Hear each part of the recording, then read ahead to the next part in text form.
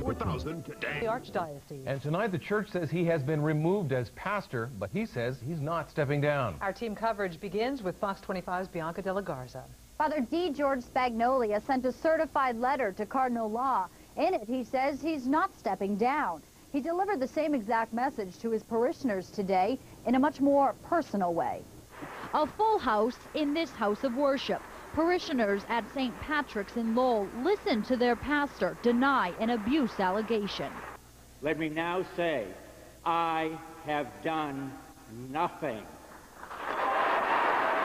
Father D. George Spagnolia criticizes Cardinal Law's zero-tolerance policy, which ousted him from his position last week. There should be due process, just like we have in civil authority. You know, you have an accusation, you're able to defend your accusation, and then there is a determination. Father Spagnolia says he remembers the person making the accusation. The incident allegedly happened 31 years ago while he was serving a parish in Roxbury. He's confident his name will be cleared. I will not be stepping down as pastor of this church. Spagnolia says he's obeying the Archdiocese by not performing priestly duties until there's a decision on his case. But coming to defend himself was a necessary step. The question was asked, am I afraid of what I'm doing now having any repercussions in the Archdiocese of Boston? And my response is, what the hell more can they do? Good for him. I think it's a very good move. This gentleman has not been proven guilty. He is the backbone of this parish. Parishioners simply call him Father Spag, and many told me he's the reason they've returned to church. Father Spagnolia says he hopes his case is settled by Easter. I'm Bianca De La Garza, Fox 25 News. While Father Spagnolia insists that he is not stepping down, the Boston Archdiocese is telling a much different story. Fox 25's Maria Stefano spoke one-on-one with a representative of Cardinal Law. She joins us now with more team coverage. Maria? Tori, Steve, usually we hear no comment, or we're sent a press release, but tonight it was different. The Archdiocese actually came out fighting tonight about this latest scandal. This is something you usually don't see these days. A member of the Boston Archdiocese talking about yet another scandal. But today was all about damage control after Father Spagnolia lashed out at the church. There's a priest out there who says, I'm innocent. Why are they doing this to me? Because we care so much about the young people of our diocese, we're going to take the chance that there could be some unfairness here when it comes down to protecting minors. It's a pretty remarkable day for the church when a priest is coming out now and saying, hey, the cardinal should be on trial. We're not saying that Father Spagnolia is guilty, and he understands that because he has taken part in the process. First we have the victims coming forward, and then we have an admission and an apology from the cardinal, which is really remarkable. And now we have a priest coming out saying that this is a witch hunt, that he has nothing to do with this at all. What has this done to this church? Well, it's obviously, there's a great deal of frustration right now, and there's an awful lot of uncertainty within the church, at least at this point here in Boston. So now we have a priest who says he's not going anywhere, and an archdiocese that says he has no choice right now. It all makes for another scandal, another black mark for the church. He said today, quote, I will not step down as pastor of this church. However, the Archdiocese says that he has to. So what is it? Well, we never said that he had to step down as pastor of the church. What we asked is for him to step aside for a while. And that's because under canon law, Father Spagnolia can appeal the church's decision and go through a review process. So now both sides wait for this outcome. And if Father Spagnolia is found innocent, then he can go back to his congregation. Steve? All right, Maria. All the attention to child molestation charges in the Boston Archdiocese has prompted investigation of priests across the country. Cardinal Law's struggle with priest abuse is the cover story of today's issue of Newsweek. We hope you'll stick with Fox 25 News for the latest in this developing story. A Lowell woman accused of supermarket rage was in court today. Police say Karen Morgan punched and kicked a 51-year-old woman outside the Lowell Market Basket. They say Morgan was upset that the woman brought 13 items to the 12 items or less express checkout line. Morgan pleaded not guilty today and says she will file a civil suit against her accuser. A murder suspect arrested in Indiana is headed back to the Bay State tonight. Jonathan Rivas was caught in South Bend over the weekend. Rivas is accused of stabbing and beating 19-year-old Santos Flores to death on this street in Chelsea last week. He was arrested on a train headed to California and will be in court in the morning. A man was in court today to face charges in a murder-for-hire plot. Fox 25's Debbie Rodman is live in Lynn with more on what he's accused of. Deb? Well, imagine hiring someone for several $1,000s to kill an ex-lover. Sounds like something out of a movie, right? Well, police say it's real, and today the plot unfolded in court. Como versus Frank Green. 30-year-old Frank Green chose not to look into the camera, but he must face shocking accusations in an apparent murder-for-hire plot. Prosecutors say it all started when a Swampscott woman said she wished this guy, her ex-boyfriend, would disappear. Prosecutors say Green planned to make it happen. He had hired two men from Florida to come to Massachusetts to perform the quote-unquote hit on Heather's ex-boyfriend. Fox 25 News has learned the hit was for Mike Uraney of Nahant. Tonight he told me, quote, "I'm angry that this is going on. I'm upset, and I'm just trying to get about my business." He's alive today, possibly because his ex decided to report the plot to police. Prosecutors say Green had been extorting money from her when she tried to call off the killing. Mr. Green demanded $7,000 cash to call out the people he had hired to perform the hit. One of the females reported that Green, the defendant, said that these men would go to their house if they did not come up with the money. Prosecutors say police moved in for the bus when money changed hands. He then took the $700 in pre-recorded currency as a money payment from Ms. Swanson that was provided by the Swanson Police Department, and he was subsequently arrested. Green's girlfriend, visibly distraught today in court, says he is innocent and that the Swampscott woman and her friend invented the story because they owe Green money. His lawyer agrees, claiming this is all a lie. That both have psychological problems and have treated for mental illnesses. Frank Green does have a lengthy rap sheet, including an armed robbery conviction. As for the woman who allegedly hired him for the killing, she has not been arrested. Reporting live from Lynn tonight, Debbie Rodman, Fox 25 News. All right, Deb, an Acton man accused of beating up a flight attendant on a flight to Philadelphia is out of jail tonight. William Thrasher was arrested on Friday. At a hearing today, he was ordered to take an alcohol treatment program. Until then, he will have to take a train to get back to Boston. There was a security scare at Logan Airport this morning. A metal detector stopped working in the American Airlines concourse. Terminal B was evacuated and passengers had to be rescreened before returning. This created delays as long as 2 hours, but some passengers took it in stride. It's a little frustrating, but I know that I'm going to my destination safely, so what can you say? Terminal B is back open tonight. Tonight, 3 children are in state custody, and the Department of Social Services wants to ask their mother a few questions. Questions such as, why were the kids found home alone in a filthy Dorchester house? Fox 25's David Wade is here now with more. David? Stephen Torrey, DSS officials say they're still trying to piece this one together, but here's what we know so far. There were 3 kids left home alone, a 2-year-old, a 3-year-old, and a 6-year-old. They were discovered in a house on Stanwood Street in Dorchester. Officials tell us that the home was filled with rotting food and rodents, and the mother is still nowhere to be found. Now, this all happened at this home at 160 Stanwood Street. DSS has been told that the mother went away for the weekend on Friday. She reportedly left the kids with her niece, and we don't know how old she is. This morning, police were called to the home where the 3 kids were found all by themselves, surrounded in filth. We, as of this afternoon, had not been able to find the mother. Still are looking for her. She's out of town. She'd left messages with her neighbors that she was leaving town for the weekend and was leaving the kids in the care of a babysitter. This morning, there was no adult there, and the kids were alone. So we don't know what happened. We want to find out. DSS investigators say the children were terrified, but they were not physically harmed. The kids were taken into state custody until investigators can figure out what the problem was. They don't know if the babysitter skipped out on her responsibilities or if the mother is to blame. No charges have been filed yet. Steve? All right, David. A man who pleaded not guilty in a deadly carjacking case was back in court today. Raymond Anderson is one of 5 people police say were involved in the deadly carjacking of Amy Shute and Jason Burgesson. Kenneth Day is the only one of 5 who did not plead guilty. During redirect examination in today's trial, Anderson said he did not expect the victims to be murdered. Kenneth Day's lawyer argues that he did not want to participate. A Fairhaven man turned himself in this morning to face rape charges. Doug DePina is accused of sexually assaulting a woman he met Friday night at a nightclub. The victim told police that instead of driving her home, DePina took her behind the club where he raped and beat her. He says she escaped by running into a nearby bar. The woman suffered a broken ankle and facial injuries.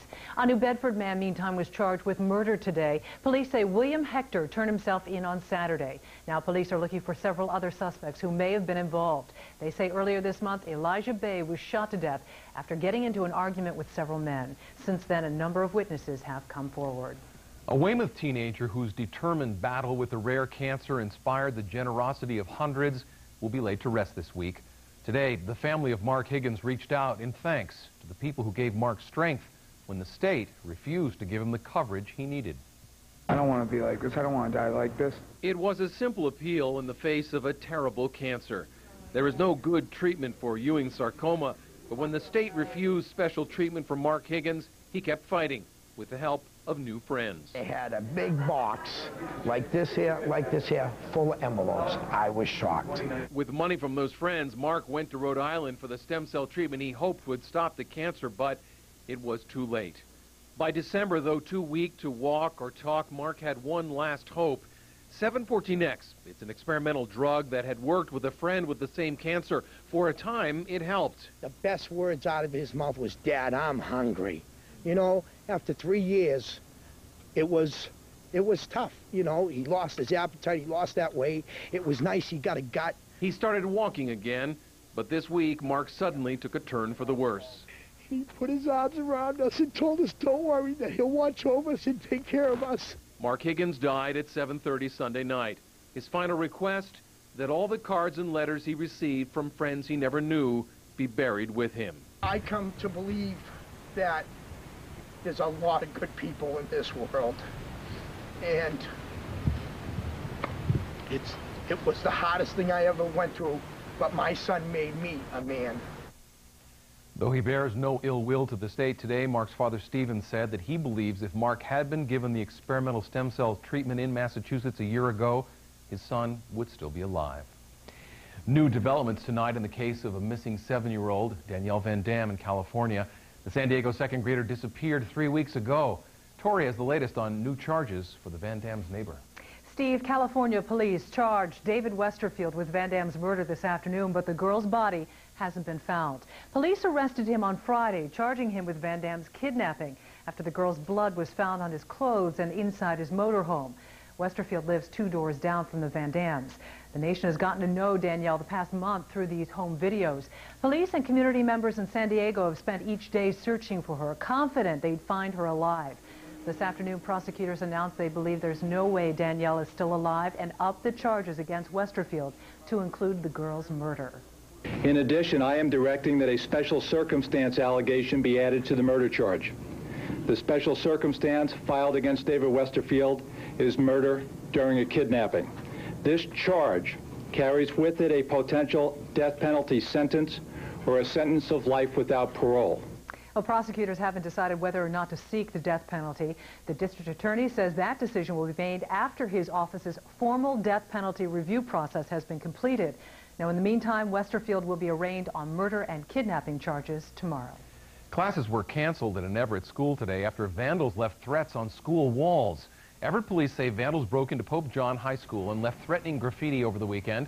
Police say they were, quote, vague and ambiguous messages on the walls. One message included reference to the time 9 a.m., prompting officials to cancel school today. Police say they did not find anything suspicious inside the building, and school will be open in the morning. The men accused of kidnapping Wall Street Journal reporter Danny Pearl are being held tonight as prosecutors continue to build a case against them.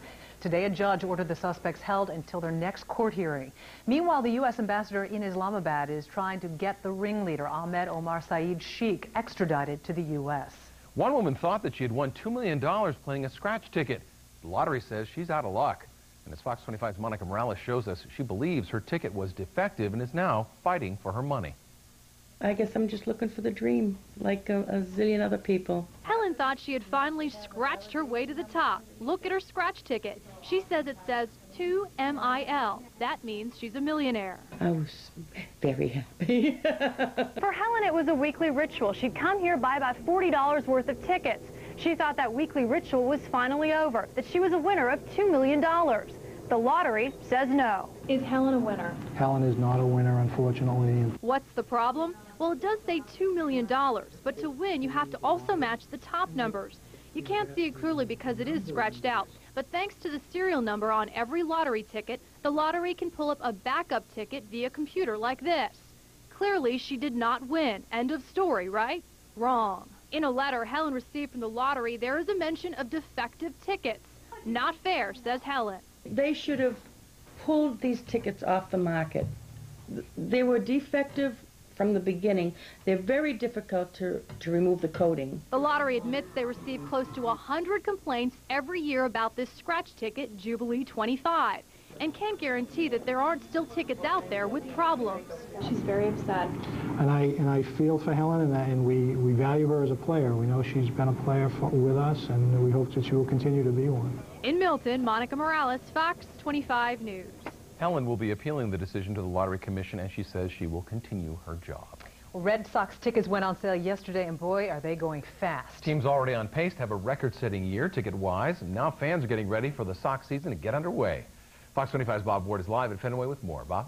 Stephen Torrey, the Boston Red Sox are the hottest ticket in town. Yesterday, the team opened up its phone lines to ticket sales. And let's just say, if you want to see the Boston Red Sox on opening day, which is just more than a month away, you better start dialing fast. This might be the last time you'll see Fenway Park this quiet. Red Sox tickets went on sale Sunday, and let's just say you might not see an empty seat at Fenway again until November. I would love to get them if my credit card weren't maxed out. In the first, 3 hours, we sold 35,000 tickets. For the day, we sold 60,000 tickets. And don't forget, the Sox raised ticket prices. 94% of season ticket holders are hanging on to their seats, and still, the Red Sox are on course to break last season's record year of more than 2.6 million tickets sold. They were going as fast as anyone would have expected. So everybody's anxious to get to April 1st, our opener. But just how do you get there if you're shut out of tickets? I heard that we get them for tips sometimes. But you really, at your job, you get Red Sox tickets for tips? Red Sox for tips, yeah. And you got any job openings? No, I don't think so. I think they filled up. Scalpers. Scalpers. How much do you pay? You know, you show up around the third inning, you pay pretty much the same, you know. You got this down to a system. Of course. Maybe the best way to get Red Sox tickets now is to just take a seat and refuse to leave. It's the end of February. April's not that far away. And after the Patriots' miracle season, who knows? Maybe in October, it'll be a Red Sox miracle. It's spring. It's time to dream yet again. The toughest tickets to get, opening day, and of course, the New York Yankees. But I'm told only 2 Yankee games are actually sold out, so you can still get some tickets to see the Yankees here at Fenway Park. And by the way, by the end of the week, the box office here at Fenway Park will be open. Live at Fenway, Bob Ward, Fox 25 News. I like your style. All right, Bob. It was the end of the line today for hundreds of state workers caught in the budget crisis. The Department of Social Services let go more than 200 social workers today. That's about 10% of the DSS workforce. The agency says the cuts were made to save more than $3 million. Those include many bilingual employees hired to help with the state's immigrant population. Below average rainfall in a not-so-snowy winter may lead to drought conditions in the Bay State. State officials say that we've got to avoid excessive water use. They've issued a drought watch in northeastern and central Massachusetts and the Connecticut River Valley. Right now, Worcester, Danvers, Peabody, and Rockport all have below-average water supplies. We desperately need rain, that's for sure, but it's tough not to like days like today. Another beautiful day in store for tomorrow. Kevin Lemanowitz? Certainly looks that way. With temperatures like this, there's always a trade-off this time of year, and that's coming in the form of rain later this week, and we need it. Look at this. 50 Worcester today, 49 Boston. It's going to be even warmer tomorrow. Off to our north, there have been some sprinkles in northern New England, even some flurries, too, where it's cooler in the mountains. But the real stuff's off to the west, in the middle of our country. This is a cold front. Snow on one side, rain on the other, depending on the temperature. This stripe of moisture is going to come through our area very slowly. Looks like about Wednesday. I'll put a better timetable on that. We'll talk more about it. By the way, don't you think all the rain will hold off till probably the Opening day at Fenway? Probably. I'll have the complete forecast just a few minutes, guys. And that's April 1st. Thanks, Kev. You need your windshield replaced? Fox Undercover has a story you should see. Our hidden cameras catch glass installers making dangerous mistakes that could compromise your safety. That's coming up. It's the book with a title that some people are simply afraid to say, and it's provoking a lot of discussion. I'll have the story coming up. Plus, find ways to stop worrying about those leftover holiday bills or coming tax deadline. Pampering on a budget when Fox 25 News at 10 returns.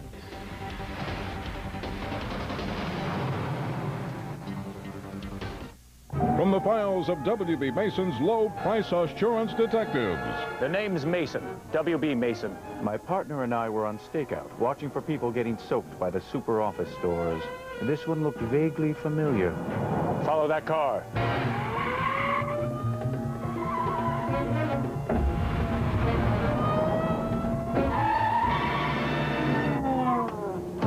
Well, if it's not my two favorite... Low Price Assurance Detectives. I just love your shiny badges. This is no joke, ma'am. We've got you for reckless purchasing and spending to endanger. But it was on sale. So the price was low. But maybe not low enough. What do you think, Chief? She's a repeat offender.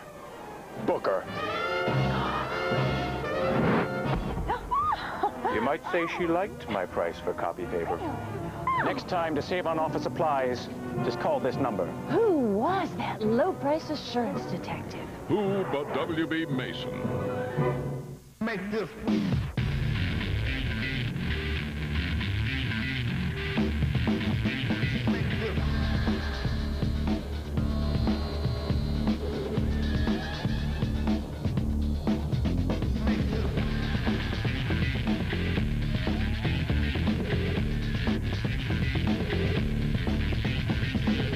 Lease a 2002 Saturn SL1 for $202 a month.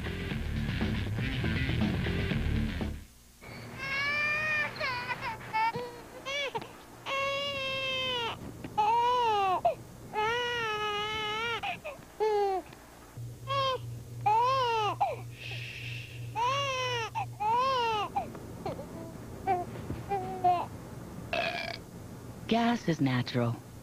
Gas is also clean, efficient, and reliable. And if you switch to gas heat from Keyspan Energy Delivery, you'll get free heating equipment, too. You're watching Fox 25 News at 10. You saw it here earlier on Fox 25 this evening, a controversial episode of Boston Public, and it helped create a dialogue about race relations here in Boston. Fox 25's Curtis Jackson is here now with more on that. Curtis? Tori, there are some words that you simply do not say on television. I will not tempt that rule this evening, but this book by a Harvard law professor is provoking a lot of discussion nationwide, and as you mentioned, it was featured on an episode this evening of Boston Public, provoking a lot of discussion on probably the most infamous racial slur in the world. And I don't think that anybody is going to melt by hearing nigger on television and seeing it dealt with in a very intelligent, poignant, moving way. It's the episode of Boston Public that's raising a controversial question. What's in a word? This book by Harvard law professor Randall Kennedy was the focus on tonight's Boston Public. It explores the power and the cultural influence of the N-word. Anybody who uses nigger in a racist way ought to be condemned. But one of the interesting things about this word is that it is deployed in lots of different ways. The television show dealt with many of the questions posed in Kennedy's book. Among them, why is it okay for blacks to use the N-word and not whites? It's just one of the questions we put to these real-life Boston Public students. Well, some of my friends do use it, but I'm like, you shouldn't be using that because, you know, we don't like it when other people call us that word, but you shouldn't be using it at all. Well, if I was black, I wouldn't want, like, anybody calling me that, and I would think it's wrong. Kennedy's book makes the argument that the history of the N-word shouldn't hinder the debate on how it should be used today. Words do not have to have the meaning that they once had. Words are mutable. Words are changeable. Black history, when they used that word, it was meant in a bad way, and African Americans didn't like that at all. They didn't use it amongst themselves, and no one else used it. I mean, the only way it was used towards them was a bad way. So, I mean, if he knows black history, how come he's allowed to use it now in that way? Now, Kennedy says that good or bad, the N-word is something that is likely to stay with us for a long time. Part of what he says is one of the great ironies and dilemmas and tragedies and glories of the American experience. Live in East Boston, Curtis Jackson, Fox 25 News. Good news for one of the candidates for governor today. The Supreme Judicial Court ruled that candidate Warren Tolman is entitled to public funding. He was awarded more than $800,000.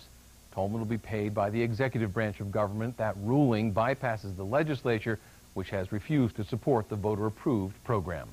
Coming up, they were fast, but were they safe? Learn how to get your windshield installed right. Next on Fox 25 News at 10. Fox Tuesday. We gotta move. We don't have much time. As head of counterterrorism, Jack Bauer's been trained for every rescue operation in the book. Terry, stay down! Except this one. Don't move for anything but the chopper. I'm going. He wants me. His wife, his daughter, and his moment of truth are here. Put down the weapon, Mr. Gaines. We can protect you. No, you can't. An all-new 24. Tuesday at 9 on Fox 25.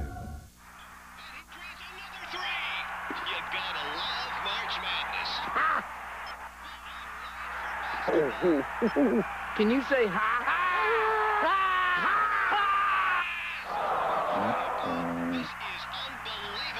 Please hold for...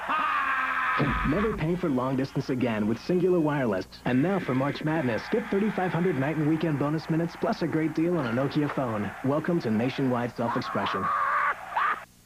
Freeze! LAPD! Patrolling your neighborhood every Friday. Cut. This guy is the worst actor I have ever seen. This spring, I'm not an actor. Get that camera out of here.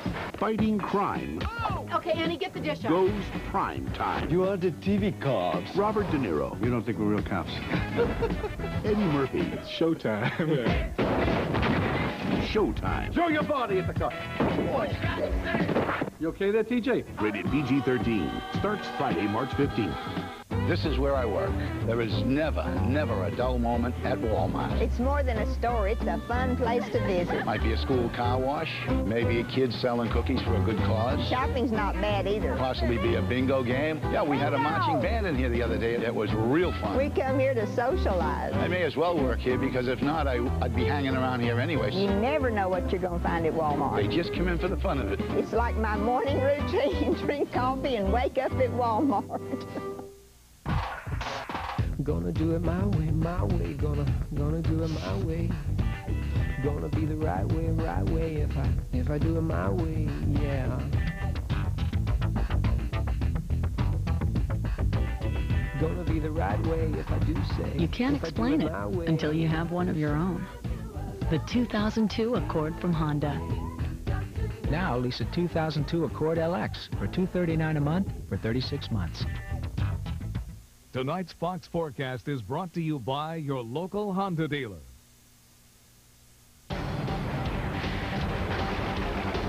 Not only do we have a shortage of rain, but the warm weather seems to dry up everything that's there. No kidding. I've actually encouraged my kids and their friends to do a rain dance, just hoping that the clouds will open up. Kevin Lemanowitz, any rain in sight anywhere? You're already trying to get that garden growing, aren't you, Tori? I know what you're up to. You know, actually, when you get the warm air this time of year, because it is abnormal, you tend to get some kind of storminess going along with it. That'll be the case this week. Look at the temperatures at this late hour. You're going to be kidding me.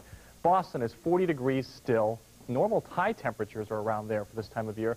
Worcester's dropped to 36, and out in the Cape, it's 39 at Chatham. It's 40 out in the islands. Nantucket reporting that at this hour. At Logan International Airport, the official conditions, 40 temperature, dew point 36.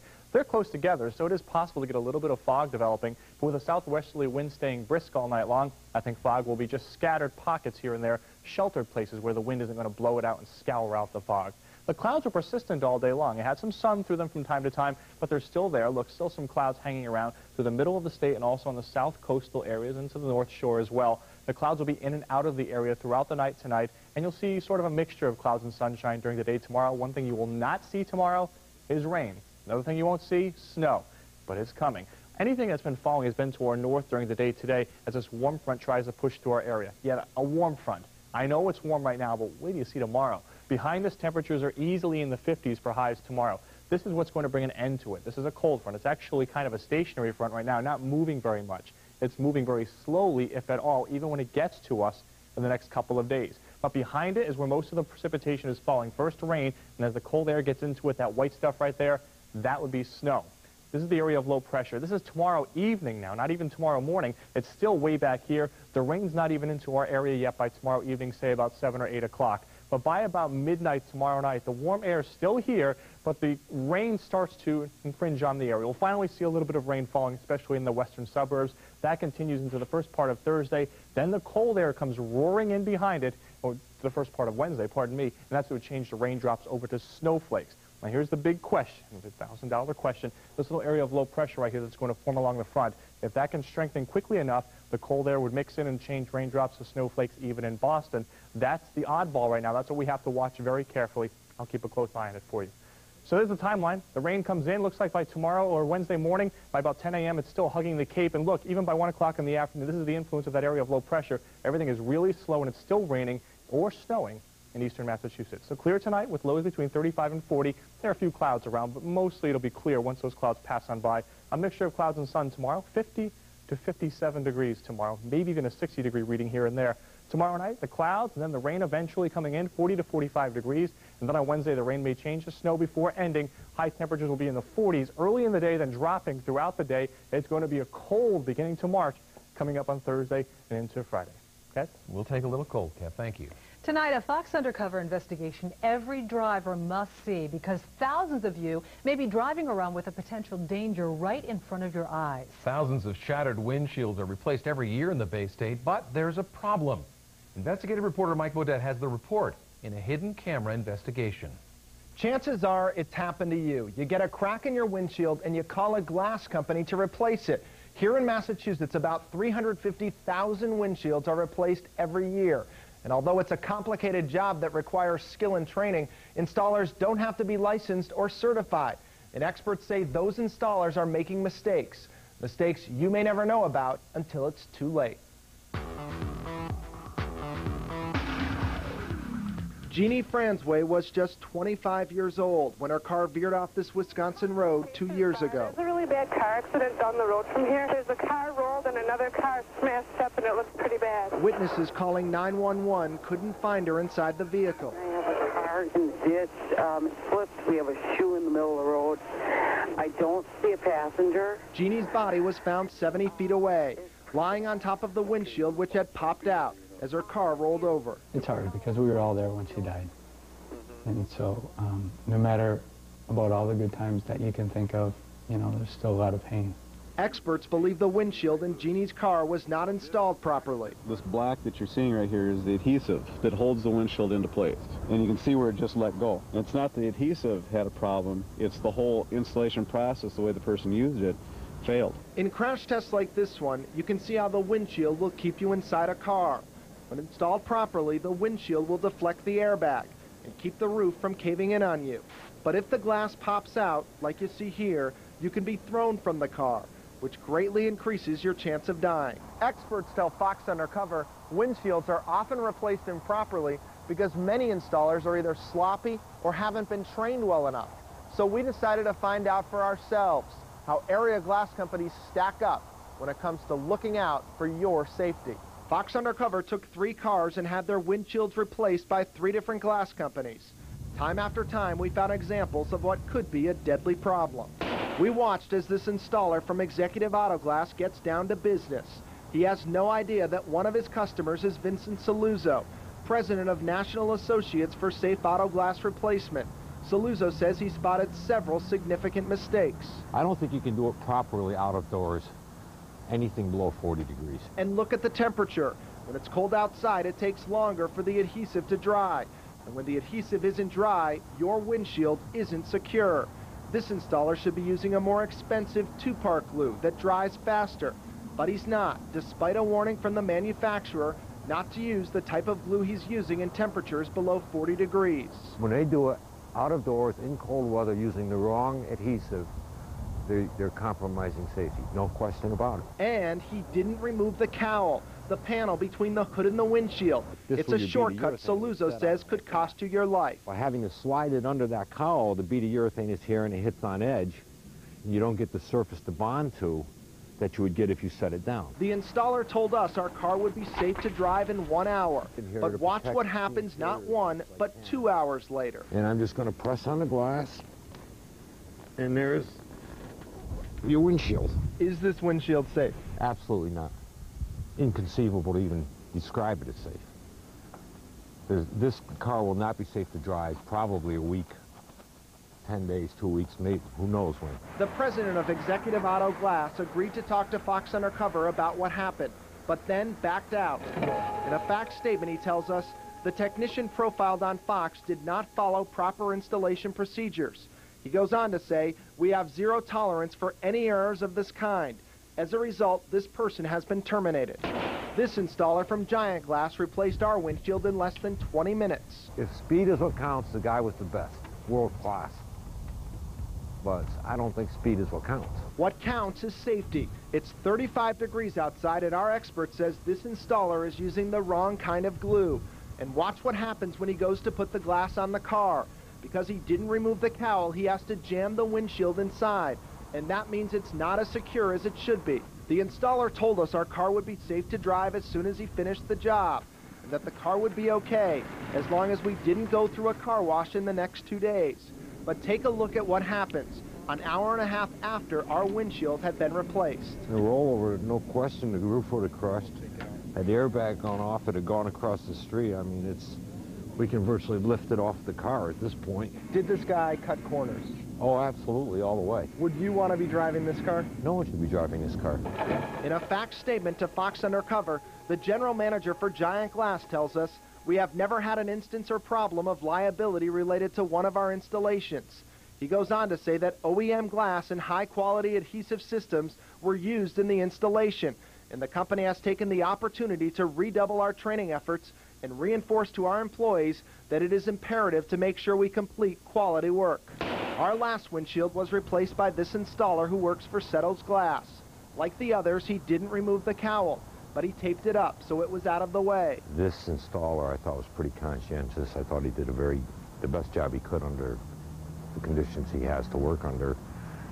One of the first things he did is warn not to drive the car for an hour and 15 minutes. But that warning is wrong, because look what happened after we waited an hour and 15 minutes. Clearly, that shouldn't happen. Oh, absolutely not. While the adhesive that was used is supposed to dry in cold temperatures, the manufacturer says the car isn't safe to drive for at least 2 hours. Fox Undercover repeatedly asked Settles for an on-camera interview, but no one returned our calls. Overall, how would you characterize the job these companies did? None of those cars are safe to drive, Mike. Simple as that. And Saluzzo says the glass companies aren't the only ones to blame. He says the real culprits are the insurance companies that don't want to pay the glass companies to do the job right. So what's the message to the insurance companies? Wake up. You're playing with lives, not dollars. The Automobile Insurers Bureau of Massachusetts did not want to comment on our investigation, and neither did the Massachusetts Glass Dealers Association. If you're wondering what you can do to make sure your windshield is replaced properly, there are some steps you can take. Our expert says if you need to get your windshield replaced in the winter, you should have it done indoors. Insist that a strong adhesive be used to bond the glass.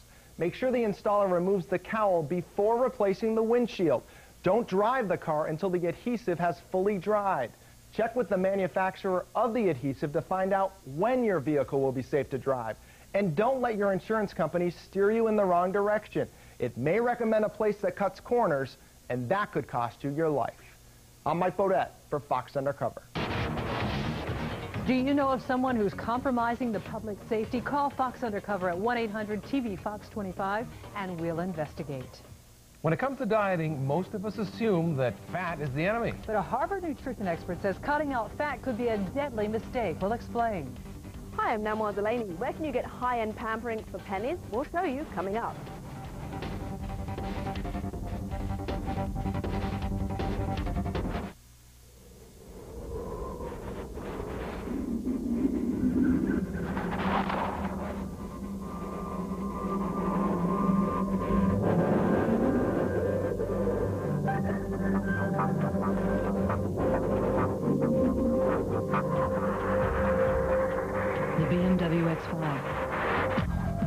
From $39,545. Come test drive the best SUV they've ever tested.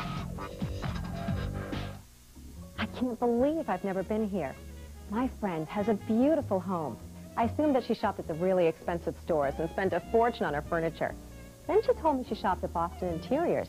I just had to come in and see for myself. I love this place. They have quality furniture, great styles, and unbelievable prices. You have to check this place out. Boston Interiors. This is my style on a budget.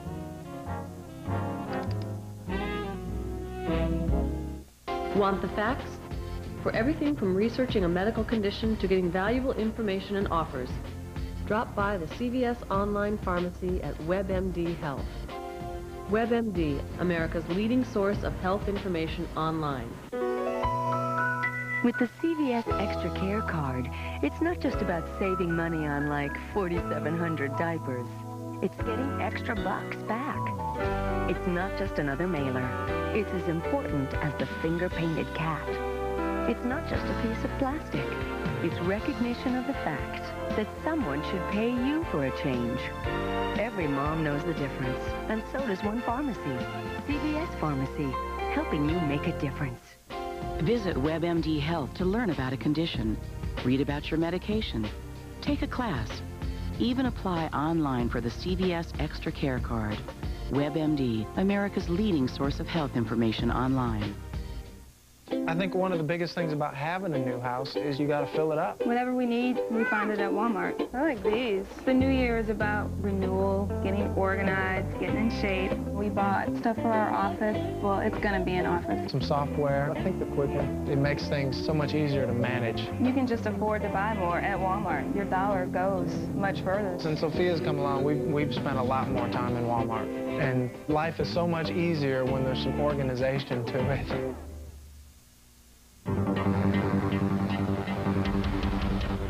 Is the government hiding important nutrition information from you? A prominent Boston doctor says yes, and he says it's making us sick. Fox 25's Bianca De La Garza explains. What we eat, what we weigh, it can be an obsession for many of us.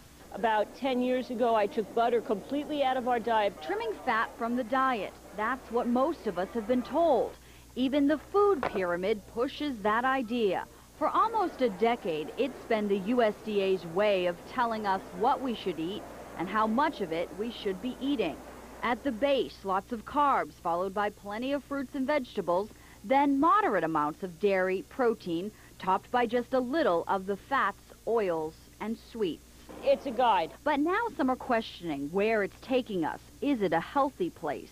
At the redefining it, and all the rules that you knew are like changed. This is the man behind that movement, Harvard nutrition expert Dr. Walt Willett. A year ago, most people in the nutrition community were hesitant to criticize the dietary pyramid. In his new book, Dr. Willett not only criticizes the pyramid, he creates his own. The first thing he says we need to know, not all fats are bad. Some nutritionists had the idea that the public just wasn't smart enough to understand that some types of fat are good and essential and other types of fat are bad, and therefore let's just make it simple and say all fats are bad.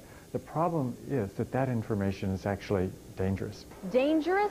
The word may sound alarming to you, but Dr. Willett says if we continue down our pyramid eating path, we are exposing ourselves to a greater risk of developing certain diseases.